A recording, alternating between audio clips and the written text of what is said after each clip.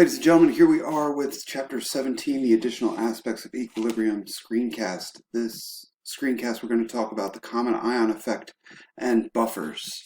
Okay, this is additional parts of the acid-base equilibrium, and then we're going to get into, in later parts, on solubility equilibrium. So let's start with these additional aspects. So the first thing that we're going to talk about is the common ion effect. Common ion effect is essentially just Le Chatelier's principle in action. And so Le Chatelier's principle says that if a product is added to a system at equilibrium, the equilibrium will shift towards the reactants. And so we've got this ionization of acetic acid. So you have acetic acid here, and notice in this one it doesn't have plus water because it has just the hydrogen ion splitting apart from the acetate ion. So that's classically the way that they would depict acid ionization reactions. And so this is the same kind of thing as that.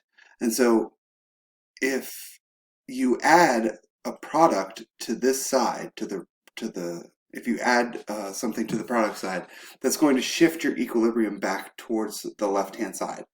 And so, for example, if you added sodium acetate is a strong electrolyte because it has sodium ion in it, and sodium ion is completely soluble. Also, acetate ions are completely soluble as well. But you add sodium acetate to it, and it adds fat kids to the right-hand side of your seesaw, right? It adds acetate ions. That's going to drive equilibrium back to the left to form more reactants. And this is the common ion effect. And so what happens if you take a solution and you add one of the products to it in ion form, then you are increasing the concentration of products, and by increasing the concentration of products, it drives the reaction back towards the left. Okay, so that would cause this to ionize less. The acetic acid would ionize less because you have added products to the reaction. Okay, so this is, we can actually use this to our advantage, and if you create a buffer out of this, a buffer is a solution that contains a weak acid and its conjugate base. So in this case, if we had sodium acetate added to acetic acid, you would have the acid, which is acetic acid, and its conjugate base, which would be sodium acetate, right? That creates a buffer. A buffer resists changes in pH because when you add base to a buffer, the weak acid reacts with it. And if you add acid to the buffer, the conjugate base reacts with it. And so it's a really good way to keep the pH relatively constant in a solution if you add a buffer to it. This is biologically vitally important to our survival as humans because we need a lot of enzymatic processes that we have in our body occur because of pH rate and enzymes being active in certain pH ranges. And by eating food, drinking water, all kinds of things like that, we can affect the pH of our body. And so if we don't want to do that, our body doesn't want us to do that, then we have buffer systems in place that will keep the system at a relatively constant pH. And so over here we have the derivation of what is called the Henderson-Hasselbalch equation. At the end, it's called the Henderson-Hasselbalch equation. This is possibly one of the most useful equations in all of this unit that we're going to talk about because it allows you to calculate pH based upon the concentration of both base and acid that you have in your solution, and then according to the acid dissociation constant of your weak acid. And notice the p's in front. Remember, p means negative log, so if you take the negative log of something, it is the p of that thing, right? So pH is negative log of the hydrogen ion concentration. pKa would be negative log of the acid dissociation constant. And so when you're doing buffer calculations, you do your Henderson-Hasselbalch equation, right? And that gives you a pH, okay? And then when you're adding either acid or base to your equation, to your situation, then you need to do the reaction of that acid or base with your buffer and then recalculate your pH based on the Henderson-Hasselbalch equation.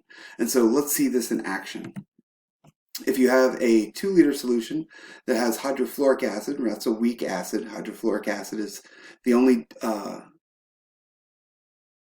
binary weak acid because fluorine is very highly electronegative, holds on to hydrogen really tightly, and it doesn't let it go, right? So if you had a solution that was made of 0.1 molar hydrofluoric acid and then you added 0.23 molar sodium fluoride to it, then you would have a buffer, right? Because you have the acid and then its conjugate base. And if you do the Henderson-Hasselbalch equation with this, the pH turns out to be 3.53, okay?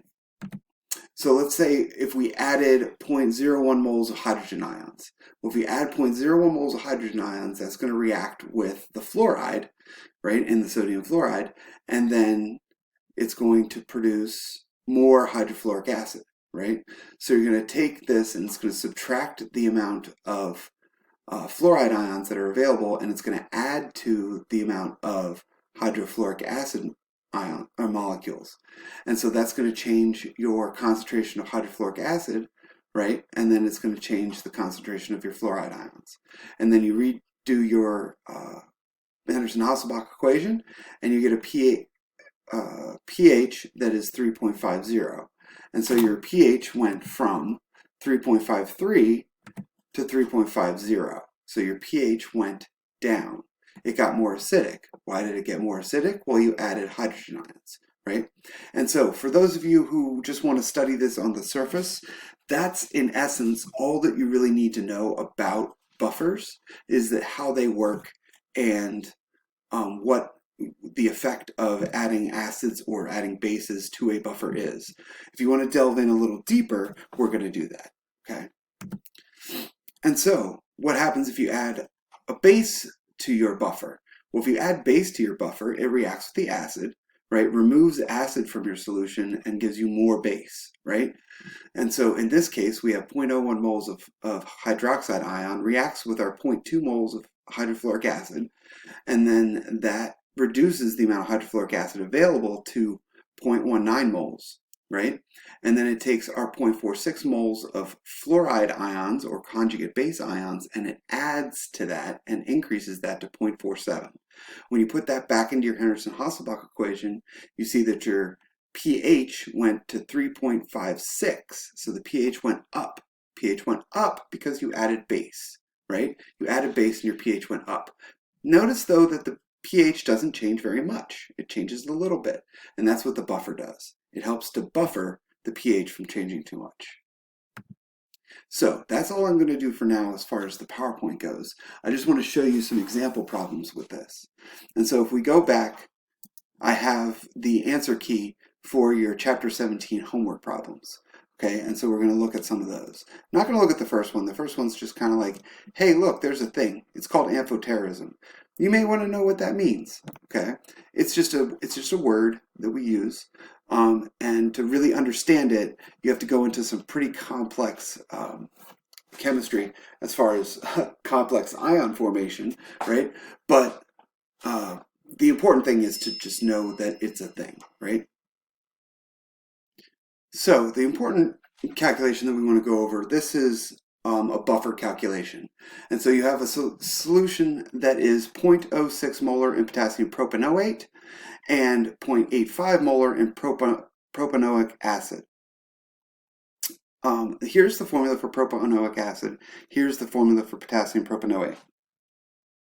And the Ka value for propanoic acid is listed right here. So we're going to use the Henderson-Hasselbalch equation, where pH equals pKa plus the log of the concentration of base over the concentration of acid.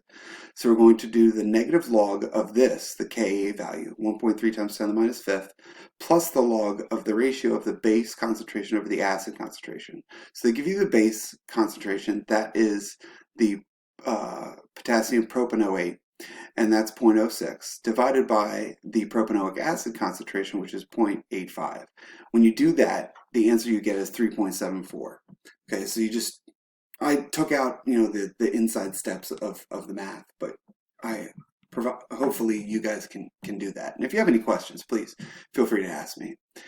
Here's a couple more calculations that are like that, right? Here you have trimethylamine. trimethylamine is the base because it has a nitrogen group on it, and the nitrogen is able to accept a hydrogen ion. And then here's the conjugate acid of that. You see that it has accepted a hydrogen ion right there, and so that's why it is the conjugate acid, right?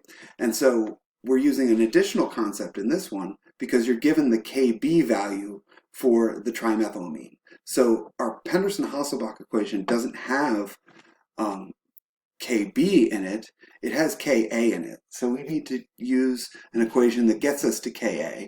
Well, that's the Kw. So Kw is equal to Ka times Kb. So Kw is the dissociation constant for water. Dissociation constant for water is equal to the acid dissociation constant times the base dissociation constant. Because remember, water is both an acid and a base, right? And so Ka then is equal to the Kw divided by the Kb, or 10 to the minus 14th, which is Kw. This is something that you should know. Kw is 10 to the minus 14th. You know that because the pH scale goes from 0 to 14, right? And so the 10 to the minus 14th is the Kw value. And then you divide that by your Kb value, and you get a Ka value for trimethylammonium chloride. Okay, it's actually for trimethylammonium, not necessarily the chloride. The chloride doesn't matter. Chloride is just there as a counterion, right? And so now we plug this into our Henderson-Hasselbalch equation. The pH equals the pKa, here's the pKa, plus the log of the base over the acid. So you take the base concentration divided by the acid concentration, boom, this one gives you 9.68. So this buffer is on the base side, whereas the first buffer was on the acid side, right? They are both useful for different things, right? Here you have in part C, now you have a solution that's made by mixing things. So now you have to get a new concentration because you've mixed things, right? You have 50 milliliters of acid and 50 milliliters of conjugate base, right? And so here I have M1V1 equals M2V2, so I can dilute it, right? And then I can figure out what the concentration is. So this one is the concentration of my acid, and here's the concentration of my base. I put HA for acid because that's generally the formula for a weak acid is HA. You put the H in front to say it's an acid, and then A to indicate acid, right? And then for the concentration of base, I put 0.1 molar B because B is base, right? And so take the negative log of the K value, which is 1.8 times 10 to the minus 5th, plus the log of the concentration of base over the concentration of acid, you get 4.87 there. So there's a couple more problems that deal with pH of buffers. Questions number 19, 23, and 27 also deal with buffer pH calculations. And so I want you to try those. Give it a go. See how you can do with it, right?